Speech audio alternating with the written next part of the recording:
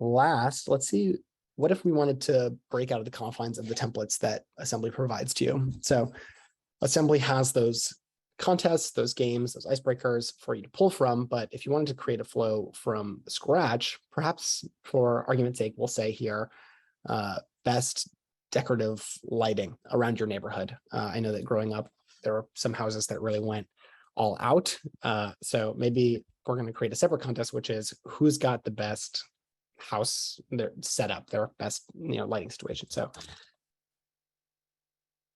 best holiday. Oops. So we'll do best holiday decorations. We'll put that as the emoji on demand once again. And we want to make sure that after this is triggered, people get 30 days. They get 1 month, 4 weeks to fill it out. And in our content section, we'll ask people to upload a file of the best decorated house. So upload a picture of your house.